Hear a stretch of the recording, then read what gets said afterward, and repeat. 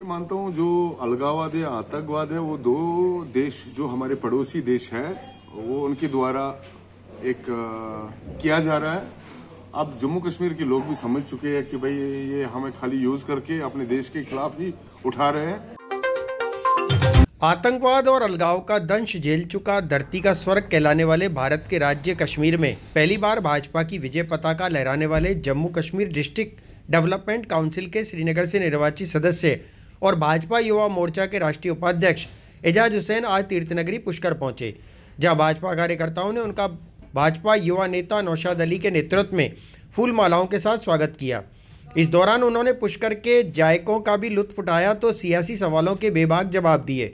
भाजपा युवा मोर्चा के राष्ट्रीय उपाध्यक्ष इंजीनियर राशिद हुसैन ने पुष्कर पहुंचकर कस्बे के ला पिजारिया रेस्टोरेंट में इटालियन जायकों का लुत्फ उठाया। पुष्कर पहुंचने पर भाजपा कार्यकर्ताओं ने युवा नेता नौशाद अली के नेतृत्व में हुसैन का फूल मालाओं के साथ स्वागत किया। इस दौरान भाजपा के पालिका उपाध्यक्ष शिवस्वरूप महर्षि, भाजपा नेता नारायण शर्मा, कैलाश शर्मा भी मौजूद रहे। वहीं भाजपा के पालिका उपाध्यक्ष शिवस्वरूप महर्षि ने उन्हें संस्था फेयर दी लोटो के कार्यालय ले जाकर किए जा रहे सेवा कार्यों से अवगत कराया। इस दौरान संस्था के अध्यक्ष ज्योति स्वरूप महर्षि ने संस्था की गतिविधियों से हुसैन को रूबरू कराया। भाजपा युवा मोर्चा के राष्ट्रीय उपाध्यक्ष इंजीनियर राशिद हुसैन ने पत्रकारों से बातचीत के दौरान बताया कि भारत बहुत सारे प्रांत हैं, यहाँ अलग अलग संस्कृति और भाषा देखने को मिलती है। राजस्थान में आने वाले विदेशी और देशी पर्यटक पुष्कर भी आते हैं, ऐसे में पुष्कर आकर बहुत अच्छा महसूस भी करते हैं। धारा 370 हटाने के बाद कश्मीर के माहौल पर पूछे गए सवाल के जवाब में हुसैन ने कहा कि धारा 370 कश्मीर के विकास में अवरोधक था। धारा 370 हटाने से कश्मीर भारत का अटूट अंग बन गया है। अब कश्मीर के नागरिकों को पूरे अधिकार प्राप्त हुए हैं। धारा 370 हटाने से अलगाव और आतंकवाद की धारा समाप्त हुई है। इसलिए प्रधानमंत्री नरेंद्र मोदी को धन्यवाद ज्ञापित करना चाहिए, जिससे भारत को एक विधान, एक संविधान मिल सका। प्रधानमंत्री नरेंद्र मोदी और उनकी सरकार का विशेष ध्यान जम्मू कश्मीर की तरफ है, जिससे जम्मू कश्मीर के विकास को गति मिलेगी। जम्मू कश्मीर में आगामी चुनाव को लेकर हुसैन ने कहा कि भाजपा के कार्यों को लेकर कश्मीर में युवाओं का विश्वास भाजपा के प्रति बढ़ा है।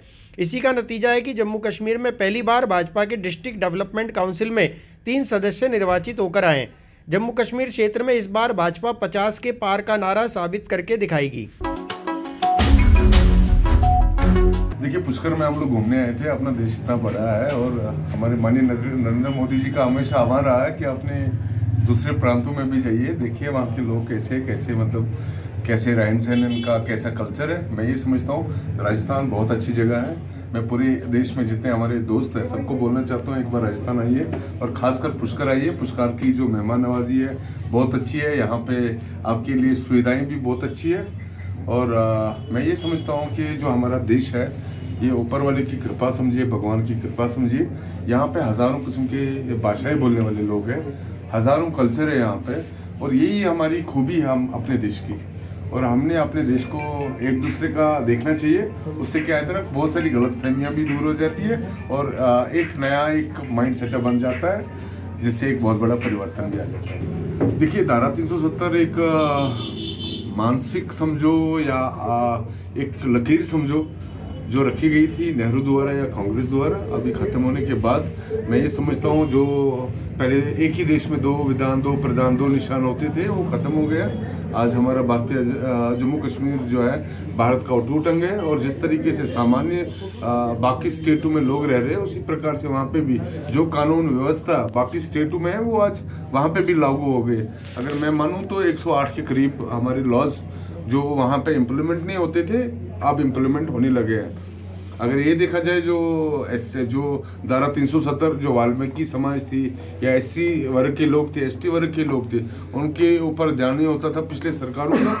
और अब जब धारा 370 हटी है तो उनको भी अपने हक और अपने अधिकार मिले हैं। खासकर हमारी महिलाओं को, हमारी बहनों को भी एक अधिकार मिला है। और तीसरा जो मानसिकता बनी थी अलगाववाद, आतंकवाद का, वो बिल्कुल ख़त्म हो गई है। आप देखते हैं पिछले कई वर्षों से पहले स्टोन पेल्टिंग रोज़ के मामले होते थे, भाई कहीं पे पत्थरबाजी हो रही है, कहीं पे आतंकवादी घटनाएं हो रही है, वो भी बिल्कुल ज़ीरो पे पहुंच गई है। मैं मानता हूँ ये माननीय नरेंद्र मोदी जी की ही नेतृत्व में हो सकता था और कोई प्रधानमंत्री नहीं कर सकता था। ये उसी का विजन है, उसी के विचार है। और ये भारतीय जनता पार्टी हमेशा राष्ट्र पहले, और ये उसी की एक प्रक्रिया है जिसके धारा 370 हटाई थी। देखिए, ऐसा नहीं है हिंदू सुरक्षित नहीं है, हिंदू सुरक्षित है। वहाँ पे अगर आप देखोगे अपने देश के लिए, वहाँ पे मुसलमानों ने भी कुर्बानी दे दी है, अपने हिंदू भाइयों ने भी कुर्बानी दे दी है। अगर आप वहाँ के सैनिक देखोगे, वहाँ के पुलिस बल जो आतंकवाद से लड़ते हैं, वो भी वहाँ मुसलमान भाई ही है। मैं मानता हूँ जो अलगाववाद है, आतंकवाद है, वो दो देश जो हमारे पड़ोसी देश है, वो उनके द्वारा एक किया जा रहा है। अब जम्मू कश्मीर के लोग भी समझ चुके हैं कि भाई ये हमें खाली यूज करके अपने देश के खिलाफ ही उठा रहे हैं। मैं ये समझता हूँ कि अभी हम लोग उस स्तर पे पहुंचे हैं कि जो उनका इकोसिस्टम है वो हम लोग खत्म करेंगे। और आपने देखा इस बार जो जमात पे या बाकी जगहों पे क्रैकडाउन हुआ, उससे एक बहुत बड़ा परिवर्तन हुआ है और आने वाले समय में इस इकोसिस्टम को हम लोग खत्म करेंगे।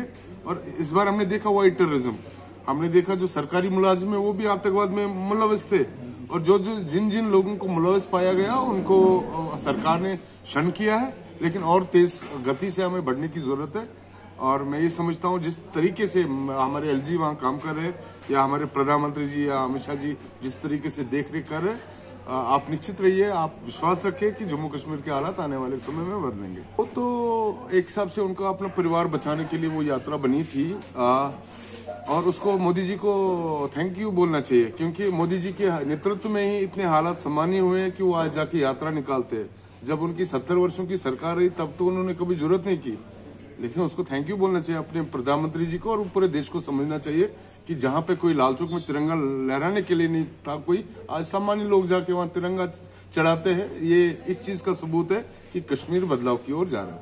Doctor Shalini multi care Ayurved clinic पंचकर्म, वित्तकर्म, अग्निकर्म और मर्म चिकित्सा से पुराने दर्द और रोगों का जड़ से इलाज हमारे यहाँ पंचकर्म पद्धति, वमन विरेचन, नस्यवस्ती, रक्त मोक्षण और शिरोधारा से रोगों का जड़ से इलाज किया जाता है। साथ ही रोग प्रतिरोधक क्षमता को बढ़ाना, शरीर से विषाक्त तत्वों को निकालना, अतिरिक्त चर्बी कम करना, वाहिका तंत्र व मनोवैज्ञानिक प्रणाली में संतुलन करना आदि अनेक इलाज किए जाते हैं। तो चले आइए doctor Shalini multi care Ayurved clinic, Mahabodhi school के पास, गौतम नगर, अजमेर। फोन नंबर है 8290277878। थेरेपीज द्वारा शरीर की शुद्धि करते हैं, जैसे कि वमन, विरेचन, रक्तमोक्षण, नस्य वगैरह, शिरोधरा।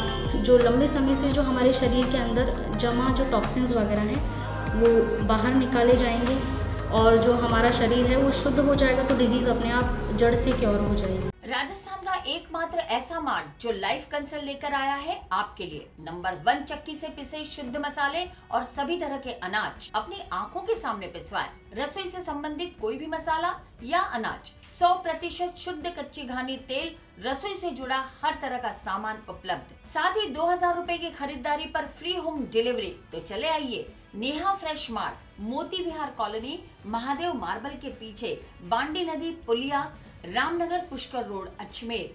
9929090152।